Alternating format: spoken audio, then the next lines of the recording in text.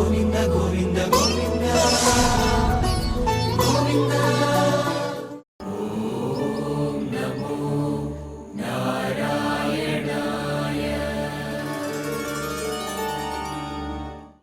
నమో వెంకటేశాయ.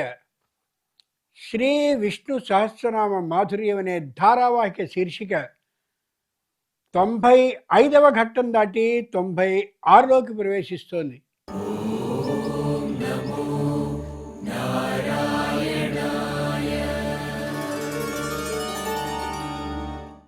ఈ ధారావాహిక శీర్షిక ఇంత ఆనందకరంగా, ఇంత ఉపదేశాత్మకంగా వెళ్తూ ఉండడానికి కారణం విష్ణు సహస్రనామ స్తోత్రంలో ఉండే అనేక అంశాలని జాగ్రత్తగా పరిశీలించుకుంటూ వెళ్ళడం, పరిశీలించుకోగలిగినటువంటి శక్తి దాంట్లో ఉండడం, అలా వ్యాస మహర్షి మనకి అందించి ఉండడం, వ్యాసుడు ఆ భీష్మ పితామహుడు చెప్పినటువంటి దాన్ని యథాతథంగా అందించి ఉన్న కారణంగా చెప్పుకోగలగడం కూడా. ఏ భీష్మ పితామహుడు అంపశయ్య మీద పరుండి సాక్షాత్ నారాయణ స్వరూపుడైనటువంటి శ్రీకృష్ణుడిని దర్శిస్తూ, శ్రీకృష్ణుడు వచ్చాడు అనగానే ఎందరెందరో వస్తే వాళ్ళందరిలోనూ సాక్షాత్ నారాయణుణ్ణి చూస్తూ ఆనందపూర్వకంగా అంత చక్కగా మనకి అందించగలిగాడు ఆయన. ఈ విష్ణు సహస్రనామాన్ని ఇంత శక్తిమంతంగా ఉన్నదాన్ని మనం చదువుకుంటూ ఉంటే ఆ భగవంతుని అనుగ్రహం ఇంకా ఉంటుందనేటటువంటి విశ్వాసం మనకి సంపూర్ణంగా కలుగుతోంది. ఈ స్ఫూర్తితో మీరు 65 నుంచి 74వ శ్లోకం వరకు చదవబోయే ముందు ఓ ముఖ్యమైన విశేషాన్ని నేను చెప్తాను. ఏదైనా చిన్న తేడా కానీ జరిగినట్లయితే ఈ దానం చేయండి, ఆ దానం చేయండి, ఈ నెలలో ఈ దానం చేయండి, ఈ మాసంలో ఈ దానం చేస్తే మంచి ఫలితాలు కలుగుతాయి అని అర్చకులు లేదా పురోహితులు చెప్పడాన్ని మనం వింటూ ఉంటాం కదా. ఈ దానం చేయండి, చేస్తే మీ అబ్బాయికి బుద్ధి బాగా పనిచేస్తుంది, ఈ దానం చేసినట్టయితే శని దోషం తొలుగుతుంది అలా చెప్తూ ఉంటారు. వైశాఖ మాసంలో ప్రత్యేకంగా ఒక దానాన్ని చేయాలి అని శాస్త్రం చెప్పింది. వైశాఖంలో ఈ జమదగ్ని రేణుక అని అనుకున్నామే కిందటి ఘట్టంలో, ఆ జమదగ్ని బ్రహ్మాండమైనటువంటి విద్యలో నైపుణ్యం కలిగినవాడు.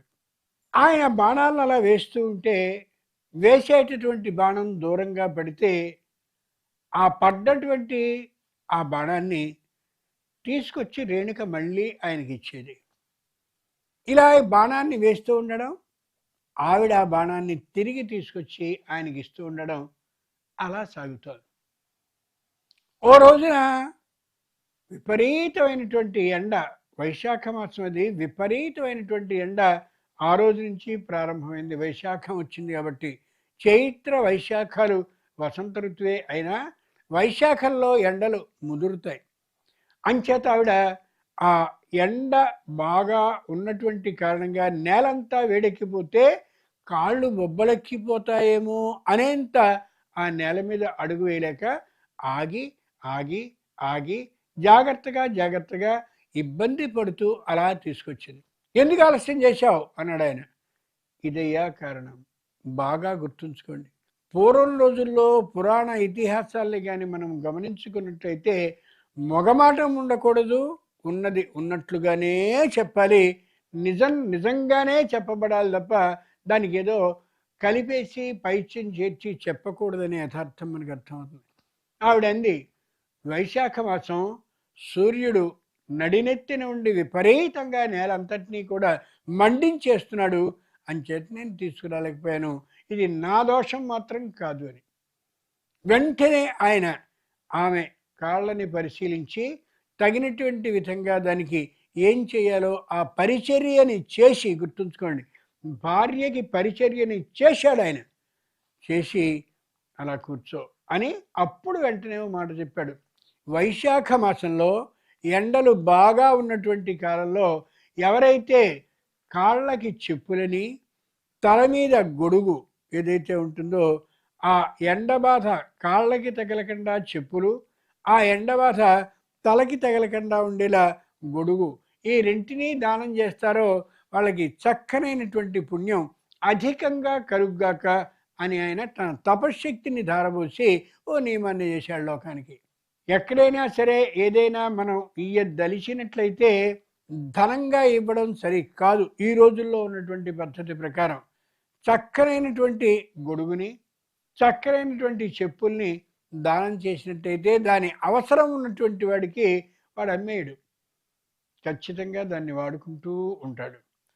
మనకి గొడుగుని దానం చేయడం, చెప్పుల్ని దానం చేయడం అనే ఈ రెండు దానాలు ఇదిగో ఈ జమదగ్ని గారు ఏర్పాటు చేసినవి ఆ రోజుల్లో. అర్థమైంది కదా. అలాగే మిగిలినటువంటి దానాలు ఏవైతే మనం ఇస్తూ ఉంటామో ప్రతి దానానికి ఓ అంతరర్థం ఉంటూ ఉంటుంది. అది ఎప్పుడూ మనం మర్చిపోకూడనటువంటి అంశం. ఇప్పుడు మనం ఆవేశ అవతారాల్లో పరశురాముడి అవతారాన్ని గురించి అనుకున్నాం కదా. చెప్పుల్ని దానం చేయడం, గొడుగుని దానం చేయడం చాలా గొప్పవి అని అనుకున్నాం కదా. అలాగే చలువ మందిరములు అని ఉంటాయి. చలువ మందిరము వైశాఖ మాసంలో చేస్తారు. చలువ మందిరము అంటే చలివేంద్రం అని మార్చేశారు, కాదు, చలువ చేసే మందిరాలు. చలువ చేసే అంటే వ్యక్తికి శరీరం ఈ వేసంకాలంలో వేడితో నిండిపోతూ ఉంటే ఆ వేడిని తగ్గించి చల్లబరిచేటటువంటిది అని అర్థం ఆ మందిరం. ఏ మందిరం? చలువ మందిరం. ఏం చెయ్యాలి? చక్కనైనటువంటి పెరుగుని తీసుకుని బాగా చిలికి, 3 రకాలు ఉంటాయి దీంట్లో, తక్రం, ఉదశ్విత్, తక్రం, ఉదశ్విత్, దధి, 3. దధి అంటే పూర్తిగా పెరుగు. పూర్తిగా పెరుగుని తినడం వల్ల అనారోగ్యమే కలుగుతుంది. రాత్రౌ దధి న భుంజీత, రాత్రిపూట పెరుగు కానీ రోజు వేసుకుని పెరుగుని పెరుగుగానే తింటే మోకాళ్ళ నొప్పులు చక్కగా వస్తాయని ఆయుర్వేదంలో ధన్వంతరి మహర్షి చెప్పాడు. దాన్ని ఏం చేయమన్నాడు? ఉదశ్విత్. సగం పెరుగు సగం నీళ్లు వేసి గట్టిగా చిలికినట్లయితే అది ఉదశ్విత్. దానికంటే కొంత ఇది నయం. తక్రం అంటే ఈ ఉదశ్విత్ ఏదైతే మనం చేశామో అలా కాకుండా 4 వంతులు మామూలుగా పెరుగు వేసి 8 వంతుల నీళ్ళని కానీ పోసినట్లయితే, అంటే దీనికి అంత ఎక్కువగా పోసినట్టయితే పల్చగా అయిపోతుంది. ఆ పల్చనైనటువంటి మజ్జిగ దాంట్లో కొద్దిగా నిమ్మరసాన్ని కానీ పిండుకున్నట్టయితే, కొత్తిమీరే అలాగే చిన్నగా అల్లం ముక్కలు వేసినట్టయితే ఆ ఉండేటటువంటి దాన్ని బాగా చిలకరించి బాగా కలిపి ఆ దాన్ని కుండలో మాత్రమే, కుండంటే మట్టితో చేయబడ్డ కుండలో మాత్రమే పోసి ఓ చోట ఏర్పాటు చేస్తే అది చలువ చేసే మందిరం కాబట్టి వెళ్ళే వచ్చే ఏ పాంతులైతే ఉంటారో, పాంతులు అంటే ఆ మార్గంలో ప్రయాణించేవారు, వారందరికీ ఆనందం కలుగుతుంది.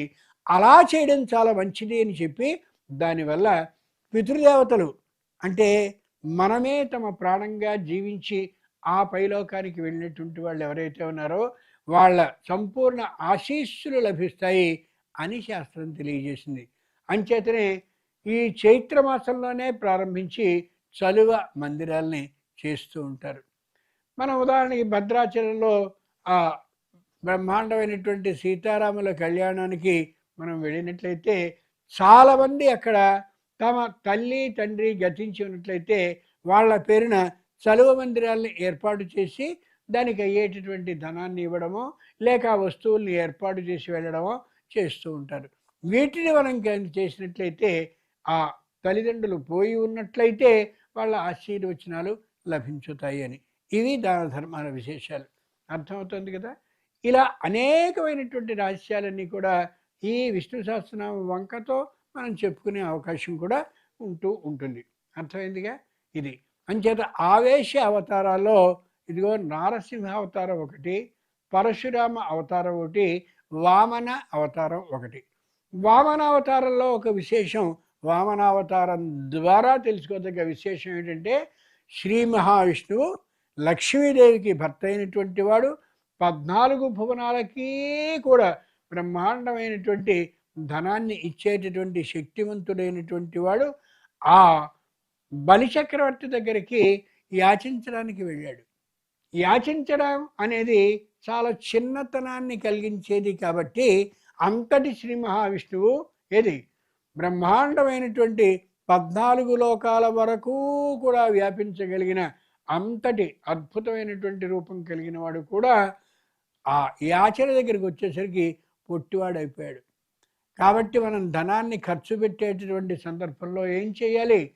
ఆలోచించుకుని మాత్రమే ఖర్చు పెట్టాలి తప్ప మొత్తం ఖర్చు చేసేసుకుని అప్పు కోసం వెళ్ళినట్టయితే వామనుడిలా పొట్టితనం వస్తుంది. పొట్టితనం అంటే శరీరం పొట్టి కావడం కాదు, తక్కువ ధనం వస్తుంది. నలుగురు మన చూసి వాడు చూడలే అప్పడిగాడు అనే పరిస్థితి వస్తుంది. వాడు ఇవ్వడు, కానీ ఊరందరికీ చెప్తాడు వాడు ఇలా వచ్చాడు కాబట్టి మీరు కూడా ఇవ్వకండి అని. అంచేత మనం గమనించుకోవాల్సింది అది పరిస్థితి సక్రమైంది, సరైంది కాదు అని. వామన, నారసింహ, అలాగే పరశురామ, ఈ 3 అవతారాలు కూడా ఆవేశ అవతారాలు. ఈ యథార్థాన్ని మనం తెలుసుకోవాలి. తెలిసింది కదా. విష్ణు సహస్రనామం అనేటటువంటి వంకతో ఎన్ని విశేషాలు మనకి లోకంలో మనం బతకవలసినవి నేర్పుతున్నవి తెలుసుకుంటున్నామో అర్థమైంది కదా. ఈ స్ఫూర్తితో 65వ శ్లోకం నుండి 74వ శ్లోకం వరకు కంఠ ధ్వనిని పెంచి చదవండి.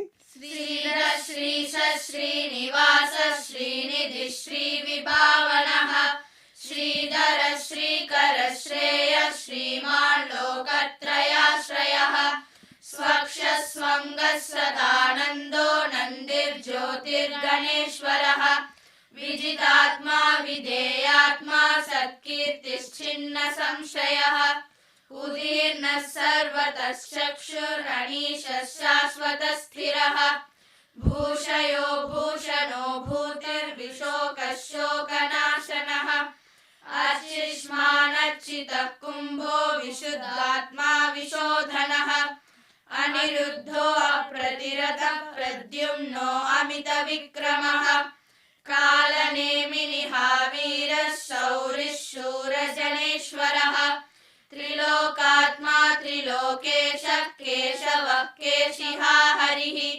కామదేవः కామపాలः కామీ కాంతః కృతాగమः అనిర్దేశ్య వపుర్విష్ణుర్వీర్యోऽనంతో ధనంజయः బ్రహ్మణ్యో బ్రహ్మకృద్ బ్రహ్మా బ్రహ్మ బ్రహ్మ వివర్ధనः బ్రహ్మవిద్ బ్రాహ్మణో బ్రహ్మీ బ్రహ్మజ్ఞో బ్రాహ్మణ ప్రియః మహాక్రమో మహాకర్మ మహాతేజ మహోరగః మహాక్రతుర్మహాయజ్వా మహాయజ్ఞో మహాహవిః సవ్యస్తవ ప్రియ స్తోత్రం స్తుతిస్తోతారణ ప్రియః పూర్ణ పూరయిత పుణ్య పుణ్య కీర్తిరనామయః మనోజవస్థితకరో వసురేతా వసుప్రదః వసుప్రదో వాసుదేవో వసుర్వసుమనాహవిః. ఇప్పుడు మనం ఒక విశేషాన్ని తెలుసుకున్నాం. ఉదీర్ణః పైనుండి కిందికి దిగొచ్చిన వాడిని. ఆవేశ అవతారాల తర్వాత కళా అవతారాలు ఉన్నాయి. కళా అవతారాలు బ్రహ్మ అవతారం, నారదుని అవతారం. బ్రహ్మ కూడా అవతారాన్ని ఎత్తాడు. ఏమిటిది బ్రహ్మ అవతారం ఎత్తడం చిత్రంగా ఉంది అనుకుంటాం. ప్రళయం వచ్చేస్తుంది, మొత్తం అందరూ కూడా ప్రపంచం అంతా కూడా చెట్లు పుట్టలు మృగాలు పశువులు అన్నీ కూడా నీళ్ళలో మునిగిపోతాయి. ఎక్కడ చూసినా కూడా నీళ్లు నీళ్లు నీళ్లు నీళ్ళు తప్ప మరేమి ఉండవు. అలాంటి కాలంలో ఏ ఆది మహాలక్ష్మి ఉందో, అంటే అందరికీ తల్లి అయినటువంటి తల్లి ఉందో, ఆ తల్లి ముగ్గురిని సృష్టి చేస్తుంది. బ్రహ్మ విష్ణు మహేశ్వరుని. బ్రహ్మని పిలిచి విష్ణు ఆజ్ఞ ఇస్తే ఆ ఆజ్ఞకి అనుగుణంగా నువ్వు బ్రహ్మవి సృష్టి చేయాలి. బృహతీతి బ్రహ్మ, పెద్దది పెద్దది పెద్దది పెద్దదిగా ప్రపంచాన్ని చేసే అధికారం నీకు ఇస్తున్నాను అని బ్రహ్మని పిలిచి చెప్పారు. బ్రహ్మ అలాగే తప్పక నువ్వు ఆజ్ఞ ఇచ్చావు కాబట్టి చేస్తాను అంటూ మొట్టమొదటి దీపాన్ని వెలిగించాడు ఆయన. ఎందుకని? అంతా చీకటి, విపరీతమైన నీరు ప్రపంచం అంతా నిండిపోయింది, అంతా చీకటి. చీకటిని పారద్రోలాలంటే వెలుగు, దివ్యని వెలిగించాలి.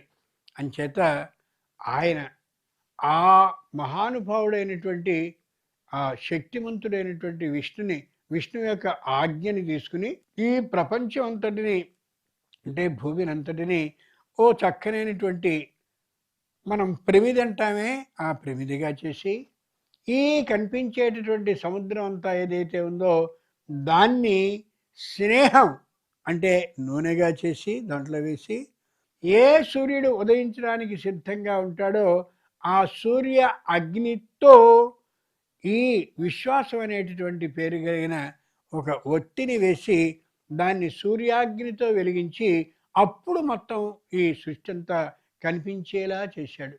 సృష్టి అంతా కనిపించడం అంటే ఏది చెట్టో, ఏది పుట్టో, ఏది గొయ్యో, ఏది గొప్పో, ఏది నదో, ఏది సముద్రమో అన్నీ తెలియడానికి అవకాశం ఇచ్చింది అదే. మొట్టమొదటి దీపాన్ని వెలిగించింది బ్రహ్మ. తిరుమల శ్రీ వెంకటేశ్వర స్వామి ఆలయంలో కూడా మొట్టమొదట ఆయన దీపాన్ని వెలిగించాడని, ఆ వెలిగింపబడ్డ దీపమే ఇలా ఎప్పటికీ ఎవరు ఆ దీపానికి కొండెక్కేతనం లేకుండా చేస్తుంటే వెలుగుతోందని పురాణాలు తెలియజేశాయి. అమోఘమైనటువంటి ఆధారాలు కూడా దానికి మనకి ఉన్నాయి. అంచేత ప్రతి వ్యక్తి ఏం చేయాలని ఈ కళా అవతారం తెలియజేస్తుంది అంటే, సూర్యుడు రావడానికి పూర్వమే మనం కూడా ఇళ్లలో దీపాలని వెలిగించాలి అని. దీపాలు అనగానే వరుసగా ఇంట్లో అన్ని దీపాలు పెట్టేసి తేబడ్డటువంటి నూనె 2 రోజుల్లో అవగొట్టడం కాదు. అది ఒకే ఒక్క దీపాన్ని మన పూజ ఎంతసేపు ఉంటుందో ఆ పూజ అయ్యేంత వరకు కూడా దీపం అలా కనిపించేలా, దీపం వెలుగుతూ ఉండేలా అంత వెలిగిస్తే చాలు. మరునాటికి ఒకవేళ ఈ దీపం కొద్దిగా కొడిగట్టి అలా ఇంకా ఒత్తి మిగిలితే అబ్బో ఒత్తుంది కదా అని మళ్ళీ ఆ ఒత్తిని వెలిగించడం సరికాదు. ఓసారి వెలిగింపబడ్డటువంటి ఒత్తి ఎంతవరకు వెలిగితే అంతవరకు అయిపోయిన తర్వాత దాన్ని తీసేయడమే తప్ప మరొకటి చేయకూడదు. మరి తీసేసేటప్పుడు, కొత్త దీపం వెలిగించేటప్పుడు మధ్యలో కాస్త వ్యవధానం ఖాళీ వస్తుంది కదా అనుకుంటాం.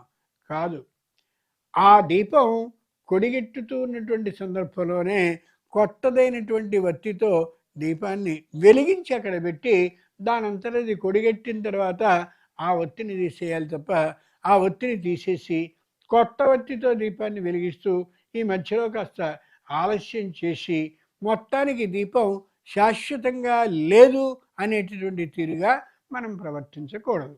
తెలిసింది కదా, అది బ్రహ్మగారు చేసినటువంటిది. కాబట్టి బ్రహ్మగారు చేసినటువంటి మొట్టమొదటి దీపం ప్రపంచం అంతని కనిపించేలాగా ఉంటుంది. అది బ్రహ్మ అవతారం. 2, అంతా ప్రళయంలో మిగిలిపోయింది, ఏమీ ఎవరి దగ్గర లేదు. అలాంటి సందర్భంలో శ్రీ మహావిష్ణువు స్వయంగా బ్రహ్మని పిలిచి మొత్తం అందరికీ కూడా వేద గ్రంథాల జ్ఞానాన్ని నువ్వు ప్రబోధించు అన్నాడు ఆయన. అంచేతనే మొట్టమొదట బ్రహ్మగారిని ప్రార్థించి ఆ బ్రహ్మగారి ద్వారా ఇదిగో ఈ వేదాన్ని స్పష్టంగా మనం పలకగలుగుతున్నాం, పలుకుతూ ఉన్నాం కూడా. అది కళా అవతారం. ఆ బ్రహ్మగారు అలా వేదాలని ఇచ్చాడు కాబట్టే బ్రహ్మకు ఉన్నటువంటి 4 ముఖాల ద్వారా నిరంతరం వేదాల్ని ఆయన ఉచ్చరిస్తూ ఉంటాడు అని మనం చెప్తూ ఉంటాం. నాలుక ద్వారా కదా ఉచ్చారణ వస్తుంది. అంచేత తూర్పు దిక్కుకి ఋగ్వేదాన్ని, దక్షిణ దిక్కుకి యజుర్వేదాన్ని, పశ్చిమపు దిక్కుకి సామవేదాన్ని, 4వదైనటువంటి ఉత్తరపు దిక్కుకి ఈ 3 కలిసినటువంటి అమోఘమైన పద్ధతిని ఏర్పాటు చేశాడు అని చెప్తూ ఉంటారు. ఉదాత్త అనుదాత్త స్వరిత భేదాల క్రమాన్ని కూడా చెప్పింది మనకి బ్రహ్మే. అంచేతనే బ్రహ్మగారు మాత్రమే తూర్పు, దక్షిణ, పశ్చిమ, ఉత్తర అనే పేరు కలిగిన 4 దిక్కులకి వేదధ్వానాన్ని అందరికీ నింపినటువంటి వాడు. మహానుభావుడు, సామాన్యుడు కాదు. అటువంటి బ్రహ్మ ఎత్తినటువంటి అవతారం కళా అవతారం. అప్పటికప్పుడు అవసరమైనటువంటి సందర్భంలో తెచ్చుకుపెట్టుకునేటటువంటి అవతారాన్ని కళా అవతారము అని మామూలుగా తెలియచేస్తూ ఉంటారు. ఇప్పుడు మనకి ఆవేశ అవతారాలు అయ్యాయి, కళా అవతారాలు అయ్యాయి. ఇంకా ఇంకో అవతారం ఉంది, అది చాలా ముఖ్యమైనటువంటి అవతారం. అది మనం తర్వాత చెప్పుకోబోతున్నాం. ఆ అలంకారంతో అలంకార విధానం ఈ ఉదీర్ణ అనే దానికి పూర్తి అయ్యే అవకాశం వస్తుంది. అది అంచేత ప్రతిదీ కూడా అర్థదృష్టితో చేసుకోవాలి తప్ప కేవలం శబ్ద దృష్టితో మాత్రం కాదు. శబ్ద దృష్టి అంటే వినేసి వదిలేసేయడం. అర్థదృష్టిగాని చేసామా, ఓహో ఇంత ఉందన్నమాట అర్థం అనే యథార్థాన్ని తెలుసుకుని దాని ద్వారా ఆ సంప్రదాయాన్ని కొనసాగించేటటువంటి అవకాశం మనకు కలుగుతూ ఉంటుంది. ఇంకా ఇంకోటి, ఈ చైత్ర వైశాఖాలు ఏవైతే ఉన్నాయో వాటిలో విపరీతమైనటువంటి ఎండలు అలా పెరుగుతూ ఉంటాయి. కాబట్టి ఒక వ్యక్తికి నెలకి ఒక్కసారి అతడి వైద్యానికి సంబంధించిన ఆ వ్యయాన్ని మనం భరించినట్టయితే మహావిష్ణువు పరమానందపడతాడు. ఎందుకని? నేనే కదా ధన్వంతరిగా అవతరించి అందరికీ రోగ నిరోధనాన్ని గురించి చెప్పాను. అంచేత నా ఆజ్ఞని ఫలాని అమ్మాయి ఫలాని అబ్బాయి స్పష్టంగా పాటిస్తున్నాడు అనే ఆనందంతో సంతోషపూర్వకమైన ఆరోగ్యాన్ని మనకి అందిస్తూ ఉంటాడు. అర్థమైందిగా? అంచేత కళా అవతారము అంటే ఇది. బ్రహ్మ నారదుడు అనే ఇద్దరు ఎత్తినటువంటి అవతారాలు కళా అవతారాలు. తెలిసింది కదా? ఇప్పుడు మనం తరువాత విభవ అవతారాలు వస్తాయి, రాముడు కృష్ణుడు మొదలైనవి. ఈ తీరుగా మనం తెలుసుకుంటూ ఉన్నట్లయితే దీంట్లో ఉండే అంతరార్థం కూడా మనకి తెలిసే అవకాశం ఉంటుంది. ఈ స్ఫూర్తితో మీరు 65వ శ్లోకం నుండి 74వ శ్లోకం వరకు కంఠధ్వనిని పెంచి ఏమాత్రం వేగం లేకుండా నిదానంగా చదవండి. 65 నుండి 74 వరకు ప్రారంభించండి. శ్రీధ శ్రీశ శ్రీనివాస శ్రీనిధి శ్రీ విభావనః శ్రీధర శ్రీకర శ్రేయ శ్రీమాన్ లోకత్రయాశ్రయః స్వక్ష స్వంగః సతానందో నందిర్జ్యోతిర్గణేశ్వరః విజితాత్మా విధేయాత్మా సత్కీర్తిశ్చిన్న సంశయః ఉదీర్ణః సర్వతః చక్షురనీశः శాశ్వతः స్థిరః భూషయో భూషణో భూతిర్విశోకः శోకనాశనః అర్చిష్మానర్చితః కుంభో విశుద్ధాత్మా విశోధనః అనిరుద్ధో అప్రతిరథః ప్రద్యుమ్నో అమిత విక్రమః కాలనేమినిః వీరः శౌరిः శూరజనేశ్వరः త్రిలోకాత్మా త్రిలోకేశः కేశవः కేశిహా హరిః కామదేవः కామపాలः కామీ కాంతః కృతాగమః అనిర్దేశ్య వపుర్విష్ణుర్వీరోऽనంతో ధనంజయः బ్రహ్మణ్యో బ్రహ్మకృత్ బ్రహ్మా బ్రహ్మ బ్రహ్మ వివర్ధనః బ్రహ్మవిద్ బ్రాహ్మణో బ్రహ్మీ బ్రహ్మజ్ఞో బ్రాహ్మణ ప్రియః మహాక్రమో మహాకర్మా మహాతేజా మహోరగః మహాక్రతుర్మహాయజ్వా మహాయజ్ఞో మహాహవిః స్తవ్యస్తవ ప్రియస్తోత్రం స్తుతిస్తోతారణ ప్రియః పూర్ణ పూరయితా పుణ్య పుణ్యకీర్తిరనామయః మనోజవస్థితకరో వసురేతా వసుప్రదః వసుప్రదో వాసుదేవో వసుర్వసుమనాహవిః. చూసారా ఎంత నిదానంగా చదివారో? ఇలా చదువుతూ ఉంటే ఏకాగ్రత నిలిచే అవకాశం కూడా ఉంటుంది.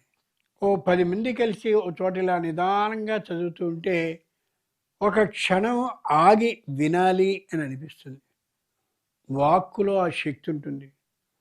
ఆ వాక్కులోకి ఆ శక్తిని ఈ విష్ణు సహస్రనామం స్పష్టంగా కలిగించేలా చేస్తుంది. చూశారు కదండి, శ్రీ విష్ణు సహస్రనామ మాధుర్యం అనేటటువంటి ఈ కార్యక్రమంలో అనేకమైనటువంటి లౌకిక విషయాలని కూడా శృతి మించకుండా ఉండేలాగా, శీర్షికని దాటకుండా ఉండేలా చేసి అందించడం జరుగుతోంది శ్రీ వెంకటేశ్వర భక్తి ఛానల్ ద్వారా.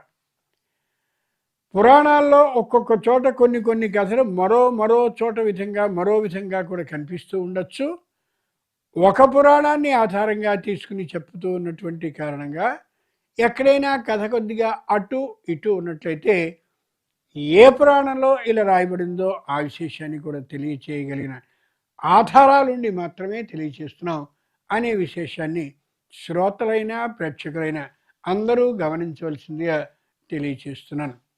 శ్రీ వెంకటేశ్వరుని అనుగ్రహం కారణంగా ధారావాహిక శీర్షిక విశేషమైనటువంటి వేగంతో చక్కరైనటువంటి నిదానమైన పద్ధతితో కూడా అదే సందర్భంలో సాగుతూ ఉండడాన్ని ఎంతో అదృష్టంగా భావిస్తూ ఉన్నాను. దేవదేవుని అనుగ్రహం మన మీద ఉన్నందుకు మరింత సంతోషాన్ని ప్రకటిస్తూ ఈ చిరంజీవులందరి మీద కూడా అనుగ్రహం వర్షించాలని, ఎవరైతే ఆ విష్ణు సహస్రనామాన్ని ఇళ్లలో కూర్చుని టెలివిజన్ సెట్ల ముందు చూస్తూ ఆనందాన్ని పొందుతున్నారో వారికి కూడా అనుగ్రహం స్వామిది కలగాలని హృదయపూర్వకంగా ఆయన్ను ప్రార్థిస్తూ ఆయనకు సాష్టాంగపడుతూ ఓం నమో వెంకటేశాయ.